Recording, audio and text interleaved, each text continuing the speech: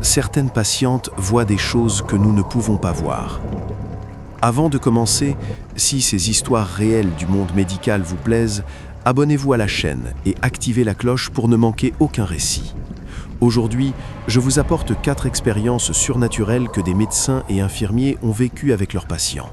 Des moments où la science ne peut pas expliquer ce qui s'est passé, quand le rationnel rencontre l'impossible.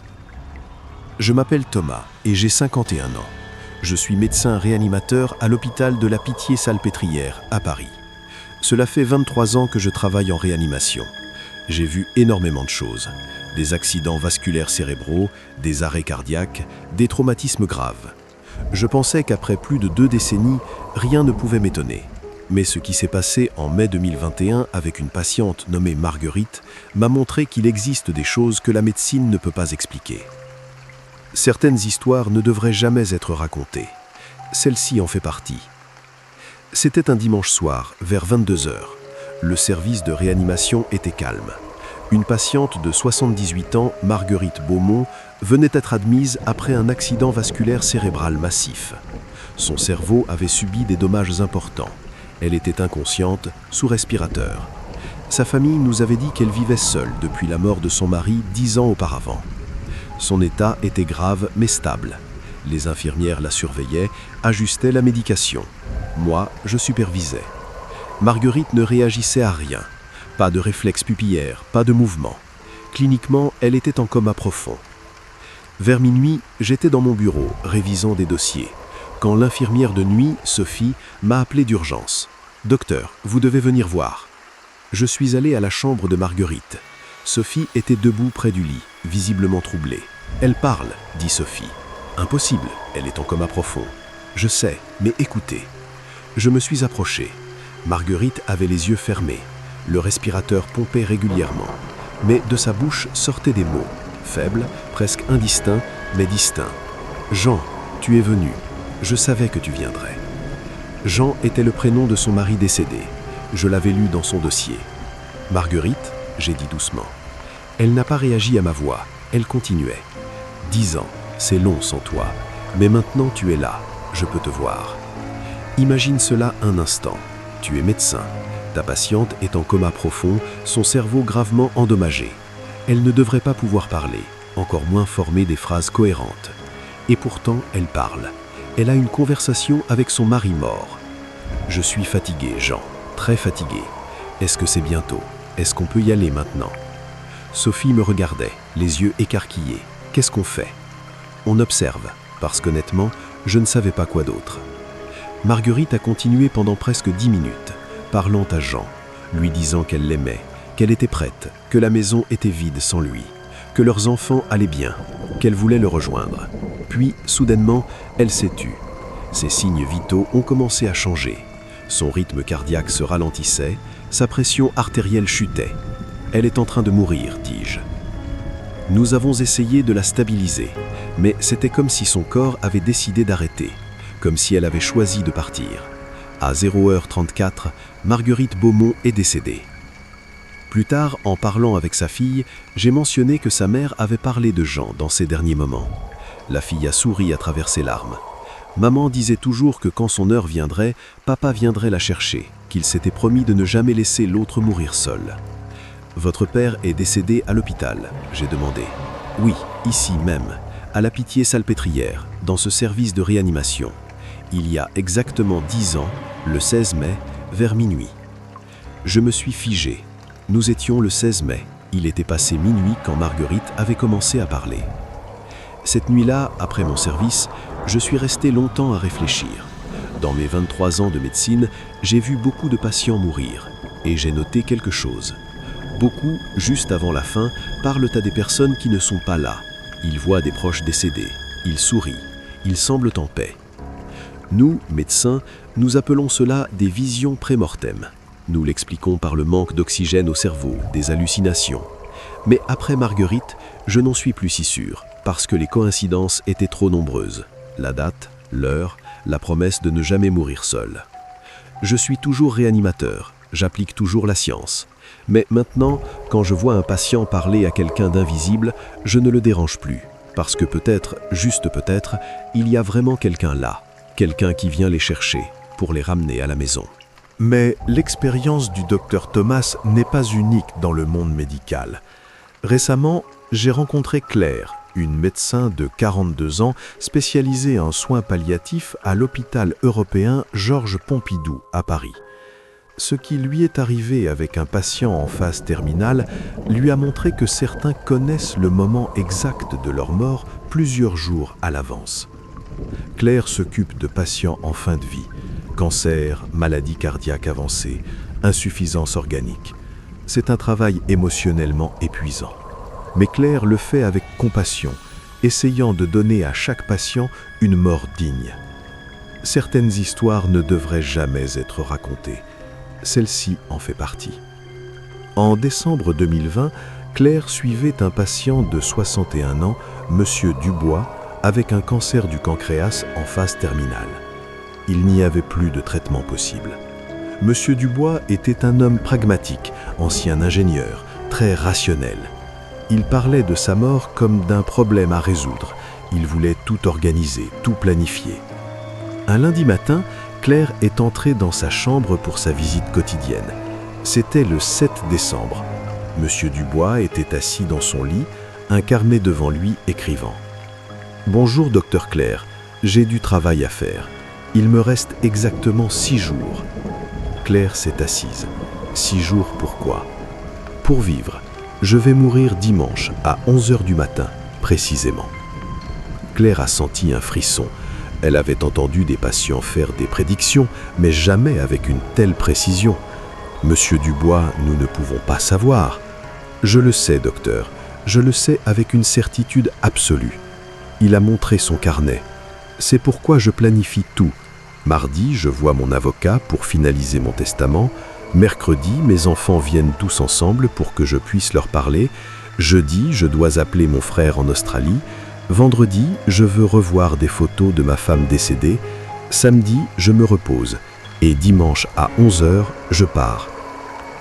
Laisse un like si tu apprécies et dis-moi en commentaire, as-tu déjà connu quelqu'un qui avait un pressentiment sur sa propre mort ? J'adorerais lire ton expérience. Pourquoi dimanche à 11h ? A demandé Claire.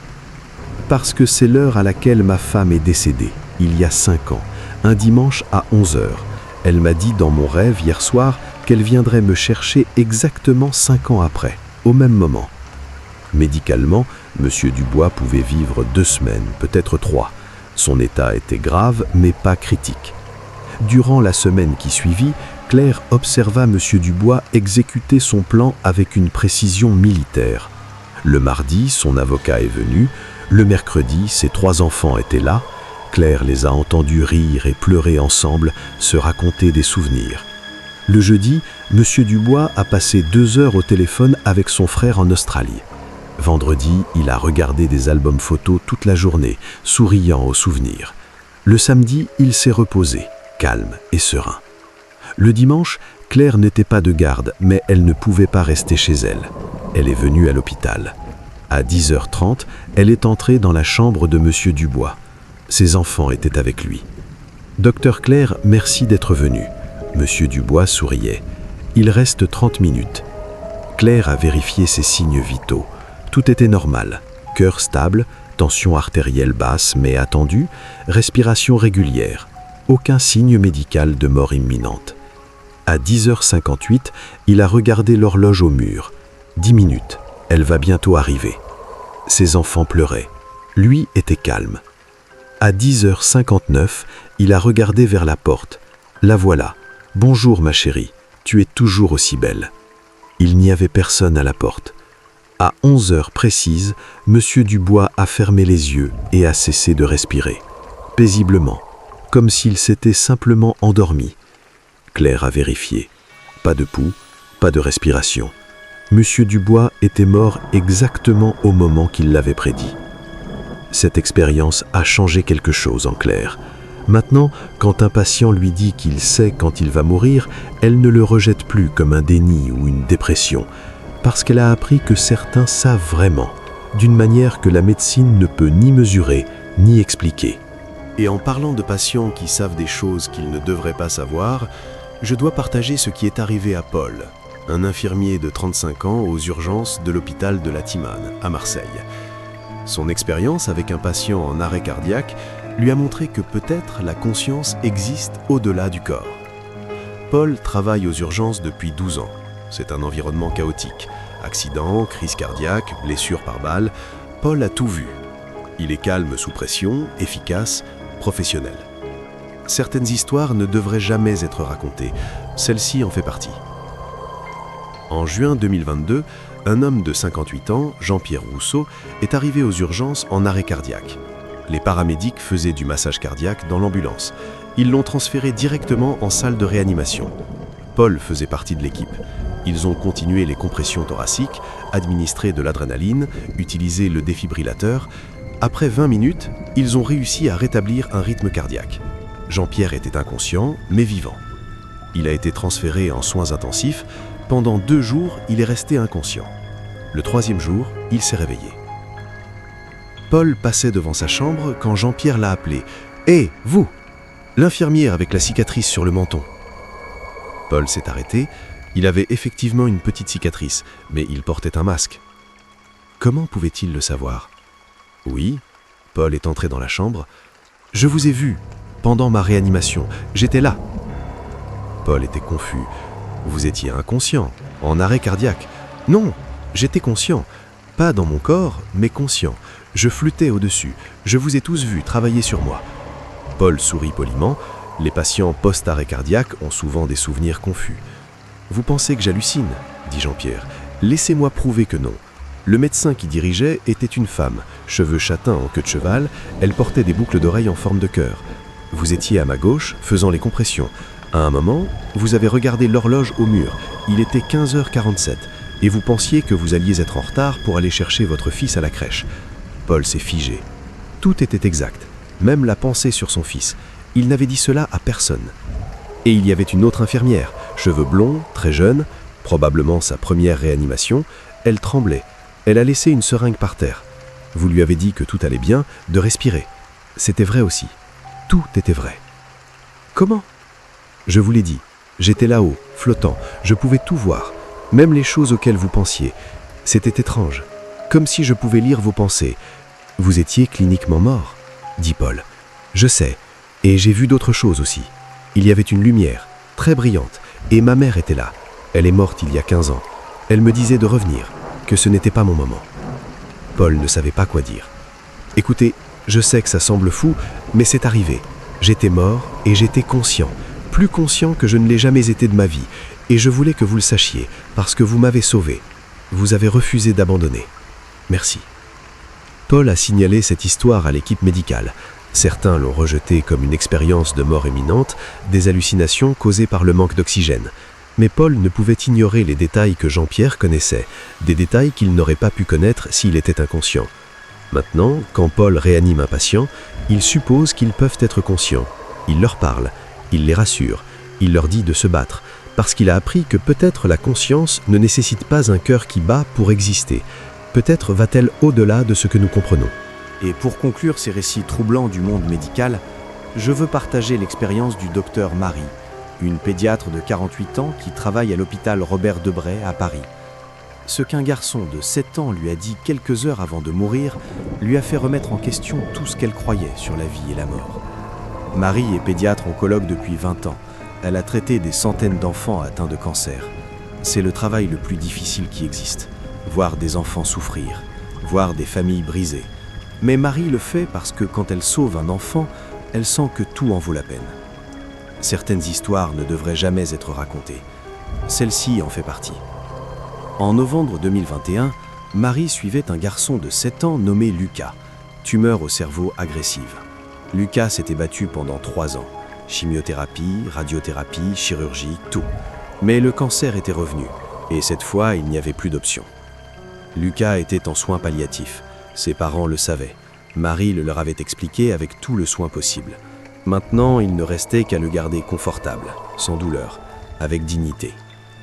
Malgré sa maladie, Lucas était un enfant incroyable, intelligent, curieux, toujours posant des questions. Il aimait les dinosaures, les étoiles, les histoires de super-héros. Sa chambre était remplie de livres et de joints. Un jeudi matin, Marie est entrée dans la chambre de Lucas pour son examen quotidien. Lucas était assis dans son lit, regardant par la fenêtre. « Bonjour, docteur Marie. Comment tu te sens aujourd'hui ?»« Bien, docteur Marie. » Lucas s'est tourné vers elle. « Je vais mourir ce soir, quand il fera noir. » Marie s'est assise à côté de lui. « Pourquoi tu dis ça, mon chéri ?»« Parce que mon grand-père me l'a dit. Il est venu cette nuit. Il m'a dit qu'il viendrait me chercher ce soir, quand les étoiles sortiront. » Le grand-père de Lucas était mort 2 ans auparavant. Lucas ne l'avait jamais rencontré car il était décédé avant sa naissance. « Tu as vu ton grand-père ?»« Oui, il est très gentil. Il m'a montré des photos de quand papa était petit et il m'a dit que dans le ciel, je pourrais voir tous les dinosaures qui ont existé, les vrais, pas juste des fossiles. » Lucas le disait avec un naturel déconcertant, comme s'il parlait de quelque chose d'ordinaire. Il m'a dit de ne pas avoir peur, que mourir c'est juste comme s'endormir et se réveiller dans un endroit meilleur, où je ne serai plus malade, où je pourrai courir et jouer. « Tu as peur ?» demanda Marie. « Un peu, mais grand-père dit qu'il sera avec moi, et que maman et papa iront bien, qu'un jour on se retrouvera tous. » Marie ne savait pas quoi dire. Médicalement, Lucas pouvait vivre quelques jours, peut-être 1 semaine, mais les enfants ont parfois des pressentiments. Ce soir-là, vers 20h, l'état de Lucas a commencé à se détériorer. Marie était avec lui ainsi que ses parents. Lucas était calme, serein.